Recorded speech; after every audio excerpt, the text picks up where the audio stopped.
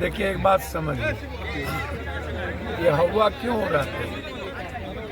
हम बार बार कहते हैं कि देश के मुद्दों को भटकाने की, और जब जब राजनीति होती है बीजेपी से पूछिए, जब इस देश के मंडल कमीशन की लड़ाई पिछड़े अत्यंत पिछड़े दलितों के अधिकार के लिए लड़ी जा रही थी तो इन्होंने बीपी सिंह से समर्थन वापस ले लिया और मंडल का विरोध किया। ये आरक्षण का विरोध करते हैं, ये बुद्ध का विरोध करते हैं, ये क्रिश्चन में धर्मांत की बात आ रही थी तब उसने विरोध किया, ये जाति जनगणना का विरोध करते हैं। ये आप सवाल मुसलमान का बिल्कुल नहीं है। मैं कई बार कह चुका हूँ, संविधान क्या कहता है? संविधान कहता है एक बेहतर किसी भी जात धर्म को जीने की आज़ादी, उसको फ्रीडम। संविधान कहता है उसके अधिकार को संरक्षित करना। आप क्या कहते हैं? 24 घंटा। 13 साल पहले बीजेपी और कांग्रेस ने एक कानून बनाया वक्फ को लेकर के। मैं हमेशा कहता हूं कि इस देश में बौद्ध धर्म क्यों आया? सबसे ज्यादा सामाजिक शोषण सनातन का किसने किया? इन्हीं लोगों ने किया, जिसके चलते बौद्ध धर्म आए। समाज में नफरत पैदा की गई। अंबेडकर का सबसे ज्यादा विरोध किसने किया? आरएसएस ने किया। गांधी का सबसे ज्यादा विरोध किसने किया? बीजेपी ने किया। संविधान और आरक्षण से लेकर के इनको मुसलमान से कोई लेना देना नहीं। ये अभी यूनुस से मिले और यहाँ पर बांग्लादेश के शेख हसीना को रखे हुए हैं, तो ऐसे मिल करके आप क्या कीजिए? नेपाल, बांग्लादेश, श्रीलंका, वियतनाम, ताइवान, भूटान आपसे चला गया, आपके रास्ते बंद हो गए। आप टैरिफ की बात नहीं करते हैं। किसान की जो दुर्गति हो गई और आतंक फैला दिया ट्रंप ने, आप हमको जरा बताइए क्या हुआ? इतना बड़ा आतंक ट्रंप ने पैदा किया। आप इस चीज को समझिए क्या हुआ। दूसरी तरफ आप बोलते थे मोदी है तो मुमकिन है, अब क्यों उम्मीद नाम दे दिए? क्यों कह रहे हैं तकदीर बदल जाएगी? 11 साल में तकदीर नहीं बदली और मोदी जी से आप उम्मीद खत्म हो गया, वक्त से उम्मीद आपकी बढ़ गई।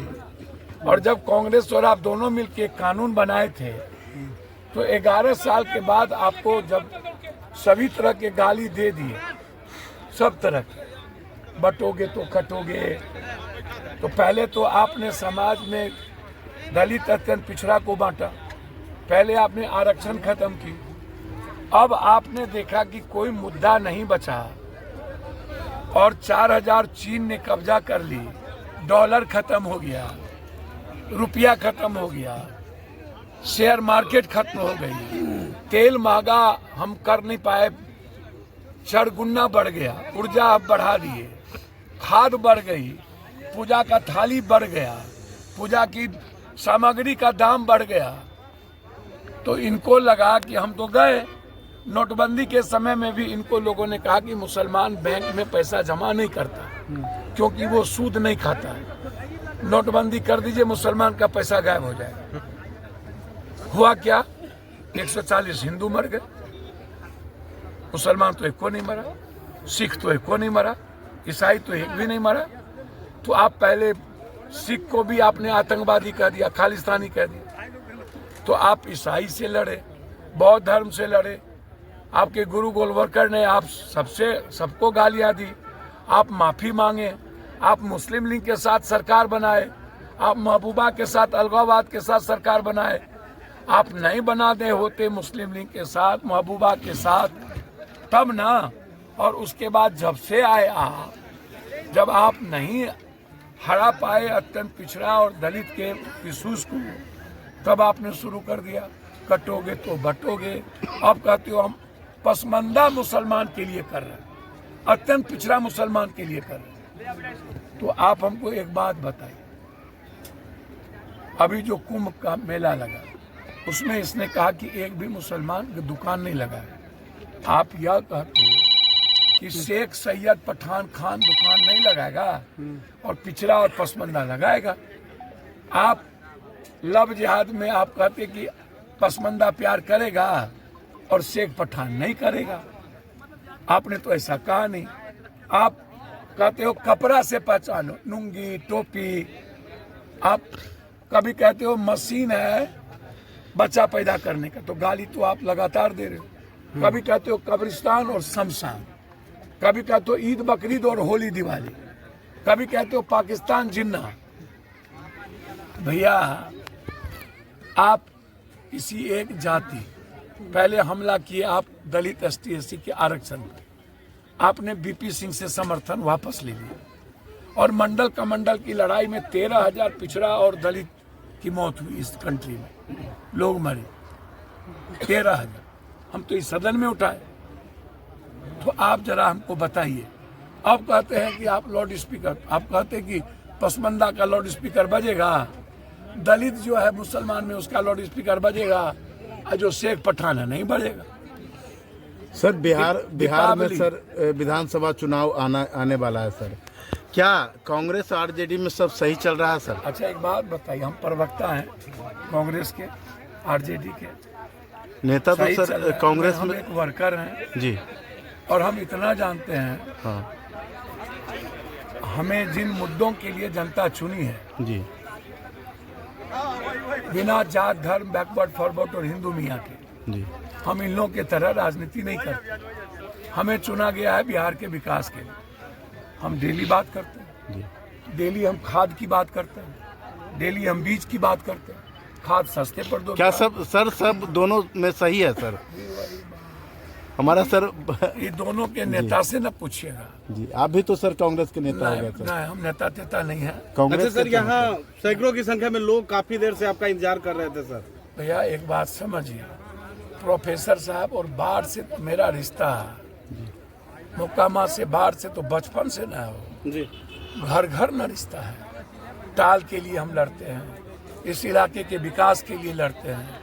जब कोई घटना गरीबों पर कमजोरों पर होता है तो सबसे पहले आते हैं। तो आप समझिए, हमेशा हमारा जो रिश्ता है माँ का मौसी का वो है।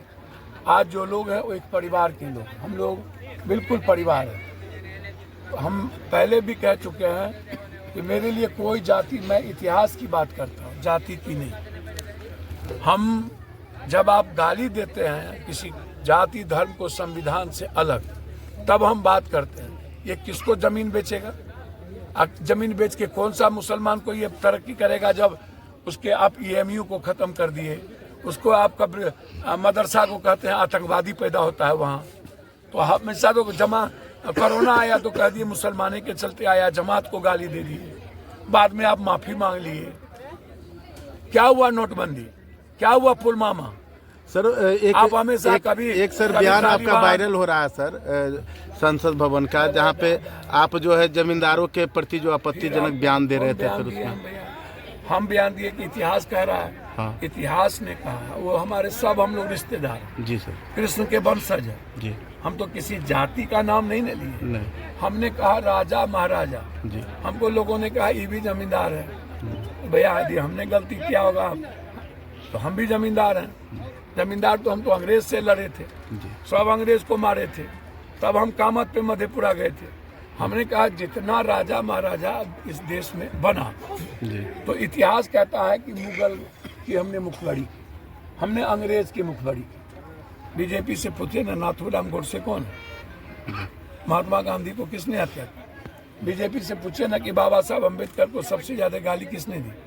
जब मनु स्मृति की बात उठाई तो इसी RSS ने तो बाबा साहब अम्बेडकर को सबसे ज्यादा गाली देके अपमानित किया। हम तो सिर्फ ये न कहे हो कि इतिहास कहता है कि राजा महाराजाओं को जो पट्टा मिला वो दलाली और मुखबिरी करने के कारण। तब तो मुसलमान नहीं था, बौद्ध धर्म आए थे, तब तो इस्लाम नहीं पैदा हुआ था।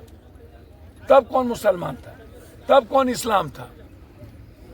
मैं तो ये बात कहा, इसमें तो कोई जाति नहीं आती है, इसमें तो कोई रंग नहीं आता।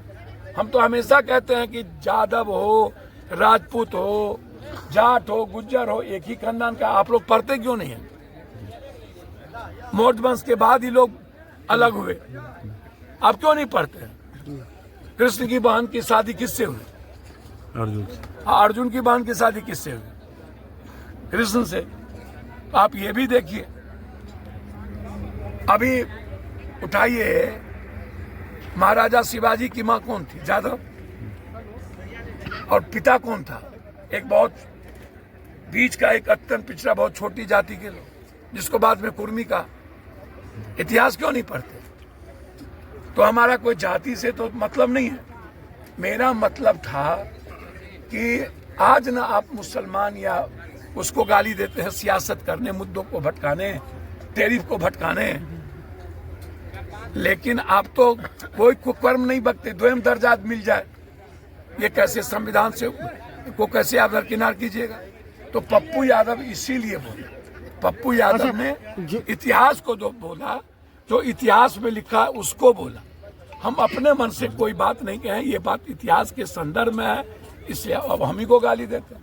कह देते हैं इसकी माँ ले लो, भैया मेरी माँ को गाली देके क्या फायदा? इतिहास में पूछो ना। कभी कह देते हैं मियाँ का जन्म, कभी कह देते हैं चमार का जन्म, हम पर क्या फर्क पड़ रहा है?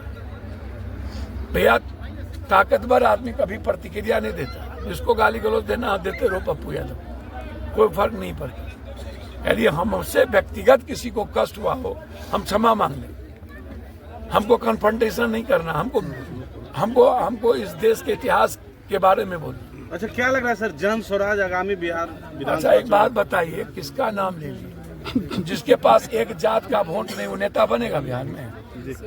हद हो। चलिए, बिहार चुनाव को कैसे